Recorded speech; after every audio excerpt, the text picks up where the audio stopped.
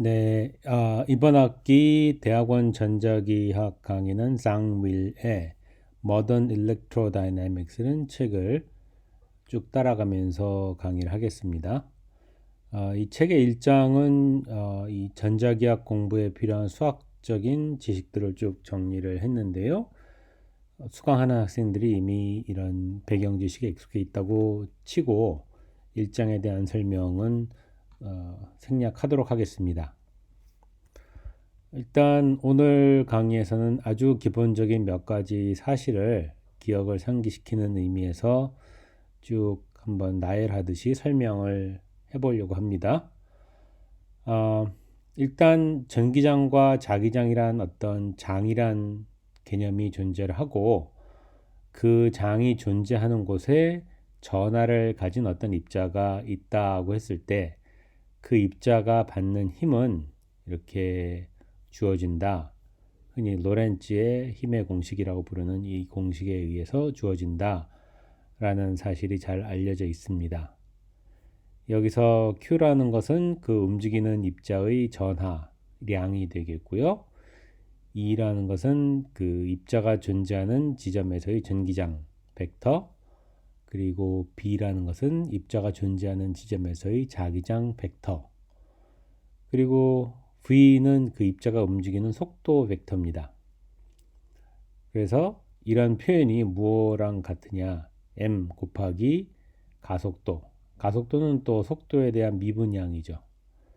그러다 보니까 속도라는 양이 이 식의 좌변에도 나오고 우변에도 나오는 그런 구조를 갖는 어떤 운동 방정식이 성립하게 됩니다. 전하의 운동에 대해서는. 이 식은 정확한 식입니다. 무슨 얘기냐면은 뉴턴의 방정식 F는 ma 자체는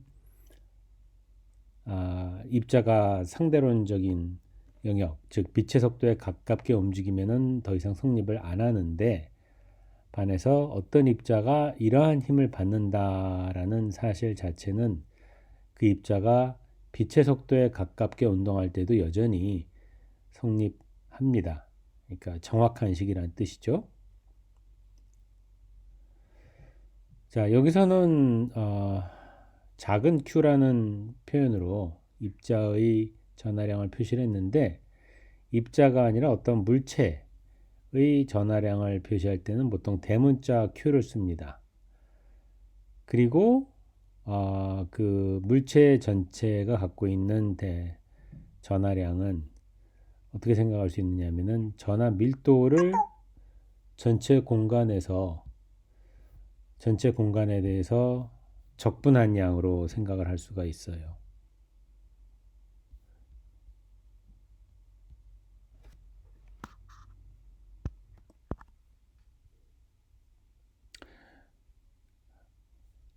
음, 그리고 이 전하 밀도 곱하기 공간 하면은 전하량이 나오겠죠. 그것이 그 밀도라는 개념의 정의가 되기도 하고요. 음,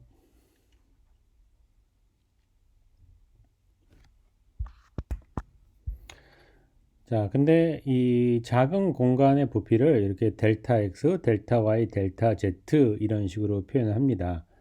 그러니까 아주 작은 크기의 정육면체를 가정을 하는 거죠.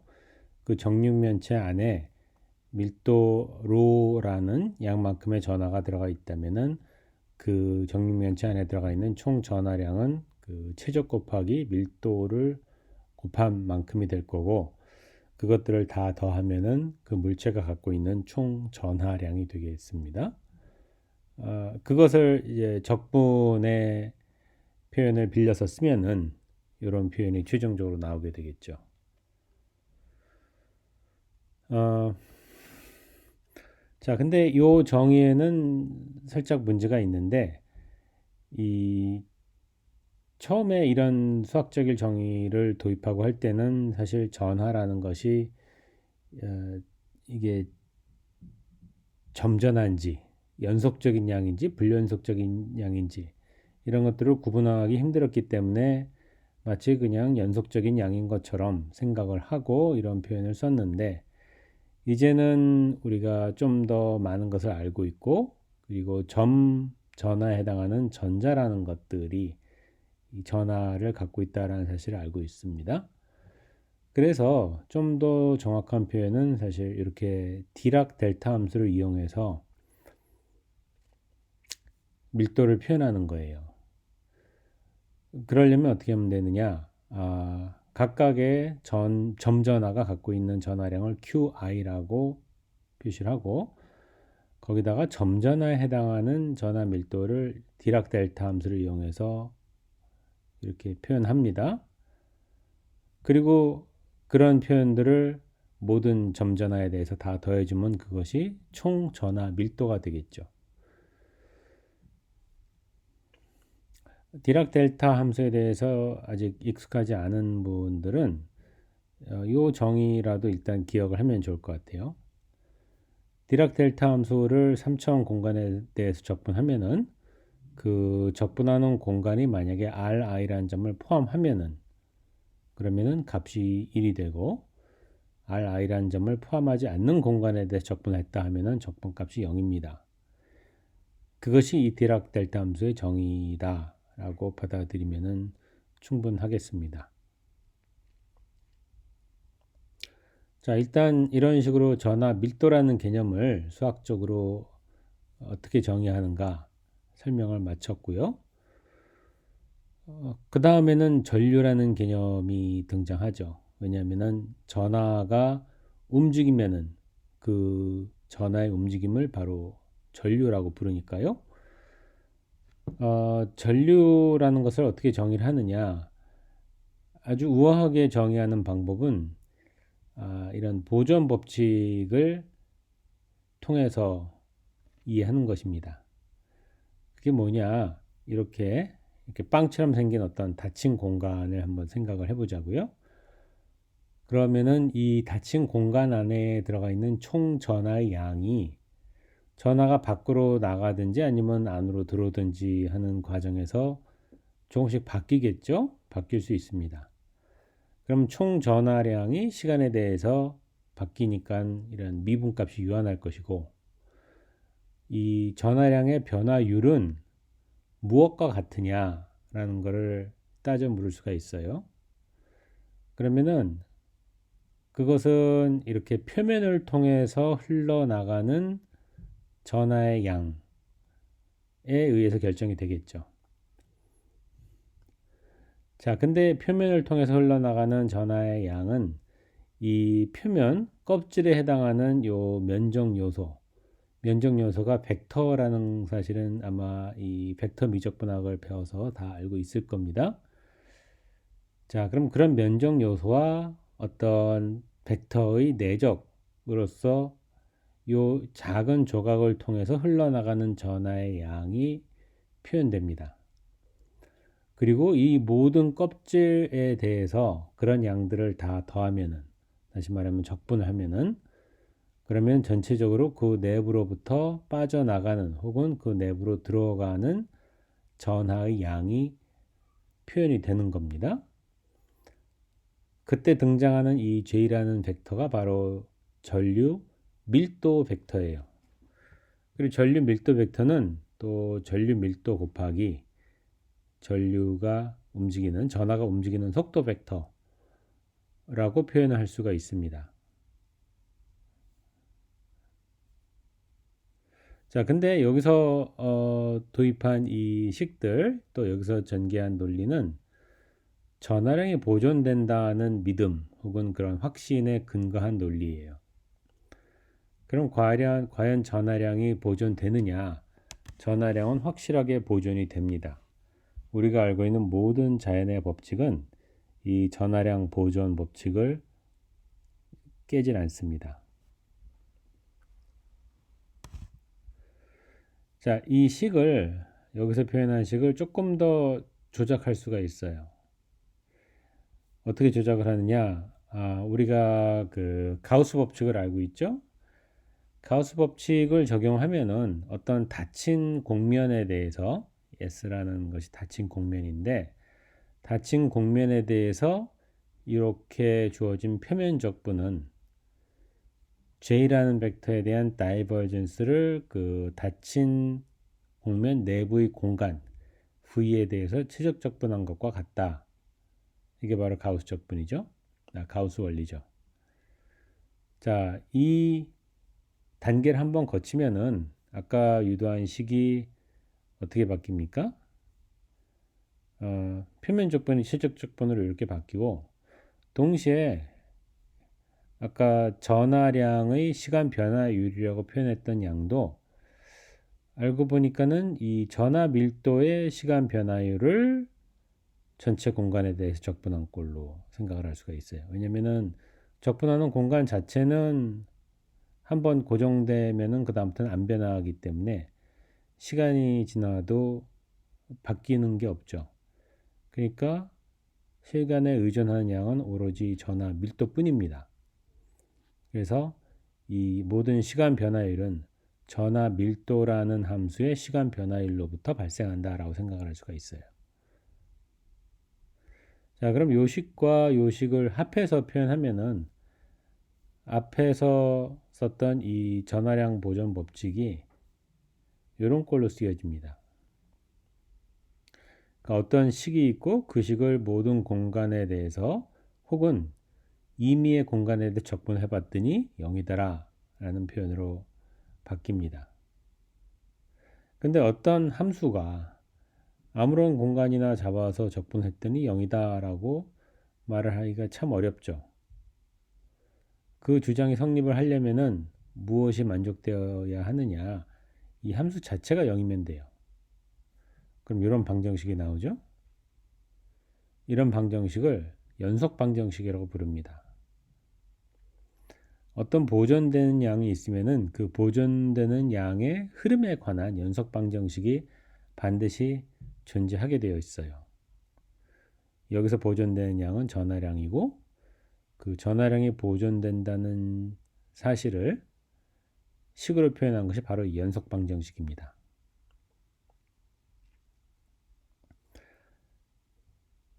한번 응용을 해보죠. 아까 그 점전하들이 모여 있는 경우에 요 전하 밀도라는 함수는 이렇게 주어진다라고 얘기를 했어요.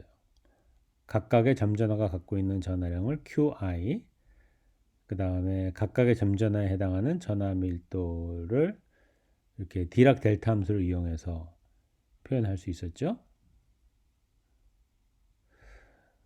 그러면은 전류 밀도 벡터는 어떻게 표현을 하느냐? 여기다가 속도 벡터 VI를 곱해주면 되겠죠. 왜냐면 각각의 그 전하가 RI라는 지점에서 지금 VI라는 속도로 움직이고 있을 테니까. 아까 뭐라 그랬죠? 그 전류 밀도 벡터는 전하 밀도 곱하기 속도 벡터라고 그랬죠. 이 관계식을 각각의 점전하에 대해서 적용을 한 거예요. 그리고 그것들을 모든 점전하에 대해서 더한 것이 바로 이 일반적인 전류 밀도 벡터 표현이 되겠습니다.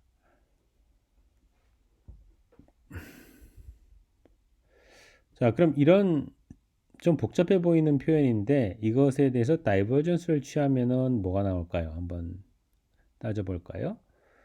좀 조심스럽게 따져볼 필요가 있는데 조심스럽게만 따지면은 답을 구하는 게 또 어렵진 않습니다. 자, 일단 다이버전스가 이런 식으로 표현이 될 거예요. 자, 그럼 이 다이버전스는 이 델타 함수에 있는 이 r이라는 변수에 작용을 하겠죠.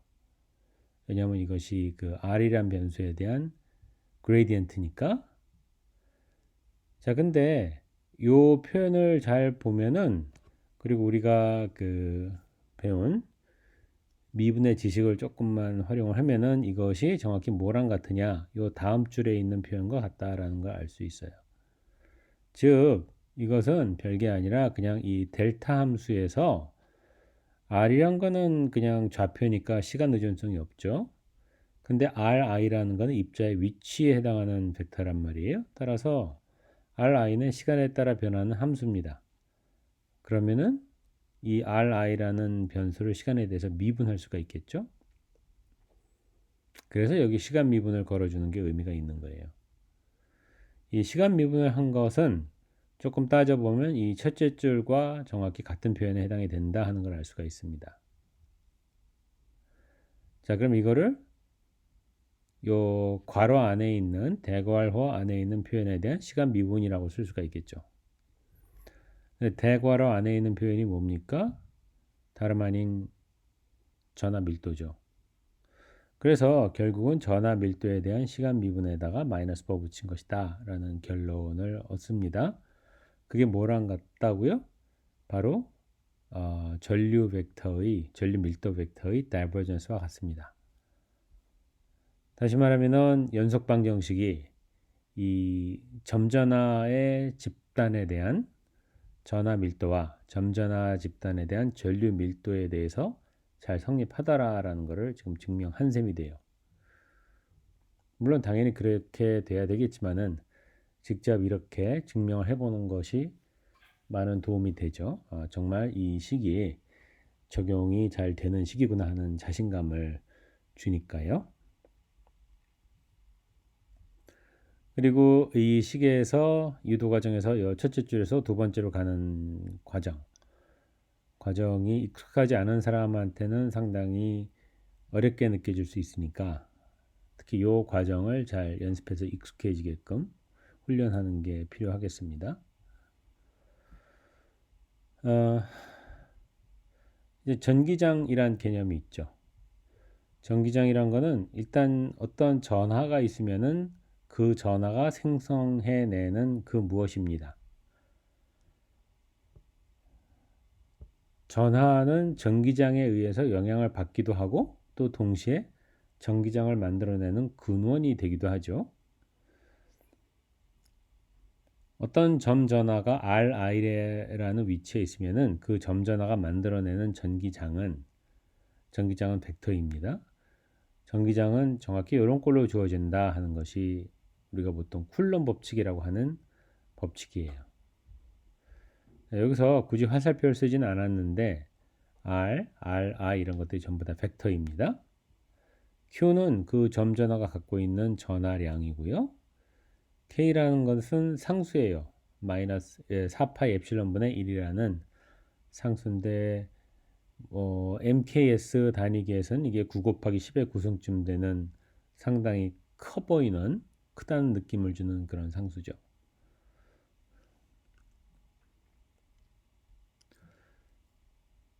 자, 여기서 한 가지 벡터 항등식을 배워두면은 굉장히 유익하죠. 이렇게 R분의 1에 해당하는 어떤 스칼라 함수를 그레디언트를 취하면 무엇이 나오느냐?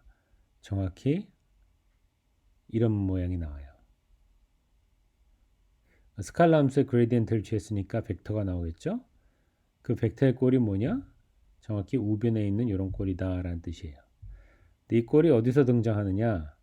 전기장 벡터의 정의에 등장하죠. 따라서 전기장 벡터에 등장하는 표현을 어떤 스칼라 함수에 대한 그레디언트 표현으로 바꿔 칠 수 있다라는 뜻이에요. 이렇게 바꿀 수가 있습니다. 자, 그럼 전기장이라는 것은 어떤 주어진 요 v라는 스칼라 함수에 대해서 그저 그레디언트를 취하고 앞에 마이너스 붙여주면 얻어지는 양이다. 이렇게도 볼 수가 있는 겁니다. 이 v를 뭐라고 하느냐? 전기 포텐셜이라고 하죠. 전기 포텐셜은 스칼라 양이에요. 그래서 어떤 면에서는 이 전기장보다 훨씬 다루기가 편합니다. 그래서 우리가 물리를 할 때 꼭 전기장을 이용해서 문제를 풀지 않고 전기 포텐셜을 이용해서 문제를 푸는 경우도 굉장히 많죠. 전기 포텐셜을 일단 알고 나면은 그 다음에는 해당되는 전기장은 그저 포텐셜 함수에다가 그레디언트만 취하면 되니까요. 그레디언트란 거는 기본적으로 미분이기 때문에 하는 게 전혀 어렵지 않습니다.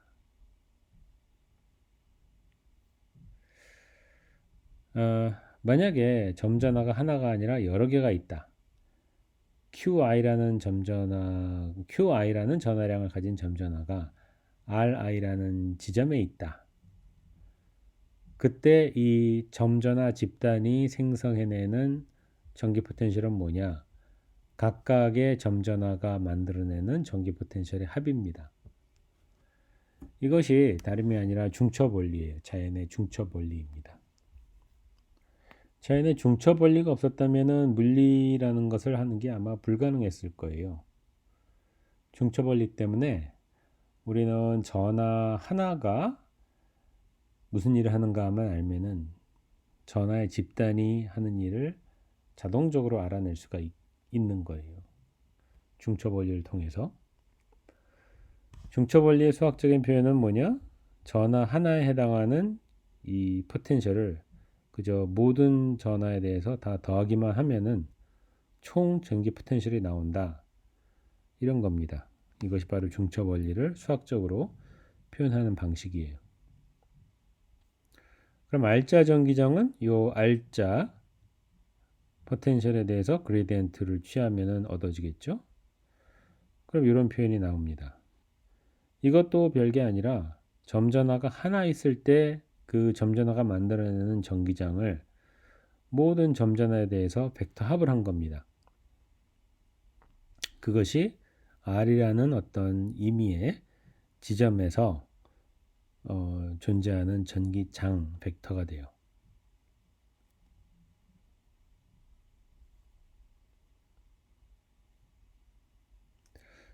자, 여기서 등장하는 V나 E에 대한 정의는 이 점전화에 대한 정의죠. 근데 조금 전에 뭘 도입했었냐면은 이 점전화들의 집단에 대한 전화 밀도 함수란 거를 도입을 했었죠. 디락 델타 함수를 이용해서. 자, 요 밀도 함수를 잘 들여다보면은 여기 위에서 도입한 이 점전화에 대한 전기 포텐셜 표현을 어떤 적분꼴로 바꿀 수가 있습니다. 아까는 점전화에 대한 합으로 전기 포텐셜이 주어졌는데 이제는 적분꼴로 주어집니다. 적분에서 어떻게 더하기로 가느냐? 결국 이 델타 함수가 이 적분 안으로 들어가면은 이 적분이 연속적으로 되는 게 아니라 R'이 Ri와 같을 때만 요한한 값을 주게 되죠. 그래서 결국은 이런 표현이 얻어지게 되어 있어요. 전기장에 대한 표현도 이 전화 밀도 함수를 도입하면은 합이 아니라 적분꼴로 바꿔 쓸 수가 있습니다. 이 과정이 익숙하지 않은 분들은 요 전화 밀도 함수를 여기다 대입하고 직접 한번 디락 함수를 적분했을 때 뭐가 나오는가 한번 따져 보세요. 따져 보면은 이렇게 되는구나. 이렇게 되는구나. 아마 어렵지 않게 짐작을 할 수가 있을 겁니다. 자, 여기서 또 하나의 중요한 벡터 항등식을 하나 도입하면은 좋은데 이게 뭐냐? R분의 1 함수 있죠? 이게 포텐셜 함수죠. 포텐셜 함수에 대해서 라플라시안을 취하면은 그것은 마이너스 4파이 곱하기 3차원 델타 함수가 됩니다. 왜 이렇게 되는가는 여러분들이 이미 알고 있다고 지금 가정을 하고 계속 강의를 진행할게요. 이 항등식을 적용을 하면은 여기 등장하는 이 전기장 표현에 대해서 다이버전스를 취했을 때 이것이 다이버전스죠. 다이버전스를 취했을 때의 결과물이 뭐냐면은 4파이 곱하기 k 곱하기 그 지점에서의 전하 밀도예요. 다시 말하면 그 지점에서의 전하 밀도 나누기 엡실론 이란 표현이 그 지점에서의 전기장에 대한 다이버전스와 같다라는 식으로 바뀝니다. 원래 1번 꼴로 썼던 식을 다이버전스를 취해봤더니 2번 꼴로 바뀐 셈이에요. 그렇다고 해서 1번식과 2번식이 서로 다른 의미를 갖는 거냐?